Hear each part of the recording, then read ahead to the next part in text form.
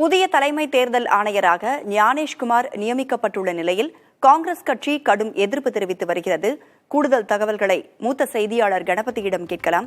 கணபதி, இந்தியாவின் 26வது தலைமை தேர்தல் ஆணையராக ஞானேஷ்குமார் நியமனம் செய்யப்பட்டுள்ளார்.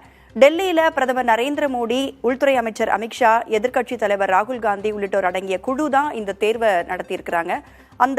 இதை எப்படி தேர்வு பண்ணுவாங்க? மெஜாரிட்டியின் அடிப்படையில தேர்வு செய்யப்படுவார்களா அல்லது அனைவருடைய ஒத்துழைப்பும் இருந்தால் மட்டுமே தேர்வு செய்யப்படுவார்களா? அந்த நடைமுறை குறித்து முதல்ல சொல்லுங்க.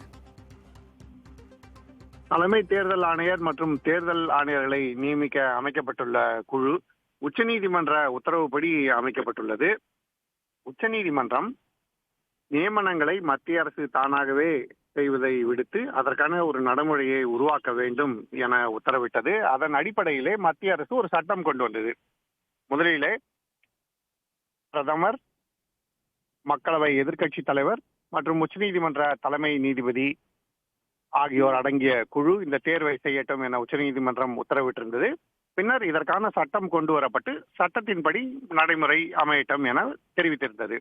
ஆகவே ஆரம்பத்தில் இந்த குழுவிலே உச்சநீதிமன்ற தலைமை நீதிபதி இருந்தார். ஆனால் மத்திய அரசு சட்டம் கொண்டு வந்த பிறகு உச்சநீதிமன்றத்தின் உத்தரவுக்கு பதிலாக தற்போது மத்திய அரசின் சட்டமே நடைமுறையில் இருக்கிறது.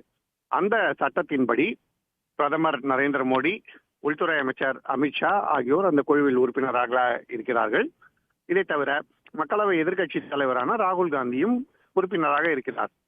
அரசை சேர்ந்த இருவர் இருக்கிறார்கள். எதிர்க்கட்சிகள் சார்பாக ஒரே ஒருவர் மட்டுமே இருக்கிறார். ஆகவே பெரும்பான்மை அரசிடமே இருக்கிறது என்பது காங்கிரஸ் கட்சியின் குற்றச்சாட்டு.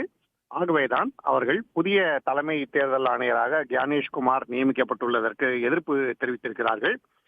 மத்திய அரசு நேற்று புதிய தலைமை தேர்தல் ஆணையராக அதுவரை தேர்தல் ஆணையராக இருந்த ஞானேஷ்குமாருக்கு பதவி உயர்வு அளித்துள்ளது. இதை தவிர ஹரியானா மாநிலத்தின் தலைமைச் செயலாளராக செயல்பட்டு வந்த விவேக் ஜோஷிக்கு தேர்தல் ஆணையர் பதவியும் அளித்துள்ளது. இந்த இரண்டு நியமனங்களும் உச்சநீதிமன்றத்தின் விசாரணைக்கு ஏன் காத்திருக்க கூடாது என்பது ராகுல் காந்தியின் கேள்வி. அந்த குழுவிலே நடைபெற்ற ஆலோசனையில் ராகுல் காந்தி இதையே தெரிவித்திருக்கிறார். எதற்காக இப்போது அவசரப்பட்டு இந்த முடிவை எடுக்க வேண்டும்? உச்சநீதிமன்ற விசாரணை நடைபெறட்டும், அதன் பிறகு இந்த விவகாரத்திலே முடிவு எடுக்கலாம் என தெரிவித்திருக்கிறார். ஆனால் மத்திய அரசின் நிலைப்பாடு என்னவென்றால், இந்த வழக்கு உச்சநீதிமன்றத்திலே விசாரணைக்கு வந்தபோது தேர்தல் ஆணையர் மற்றும் தலைமை தேர்தல் ஆணையர் நியமனங்களுக்கு எந்தவிதமான தடையும் விதிக்கப்படவில்லை. வழக்கு விசாரணைக்கு எடுத்துக் கொள்ளப்பட்டுள்ளதை தவிர எந்தவிதமான தடையும் இல்லை என்பதால் தொடர்ச்சியாக அரசின் நடைமுறைகள் தொடரலாம், நியமனங்கள் நடைபெறலாம் என்பது மத்திய அரசின் நிலைப்பாடு.